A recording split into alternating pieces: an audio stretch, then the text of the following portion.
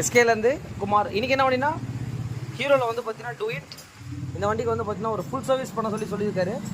வண்டியை பார்த்துக்கோங்க, கண்டிஷனை கொஞ்சம் ரொம்ப ஒரு மோசமான கண்டிஷனில் தான் இருக்குது. இந்த வண்டியை தான் நம்ம பண்ண போகிறோம். ஃபுட்ரெஸ்ட் இல்லை, ஃபுட்ரெஸ்ட்டை போட போகிறோம். அதுக்கப்புறம் வந்து பார்த்தீங்கன்னா கண்டிஷனை பார்த்தோம்,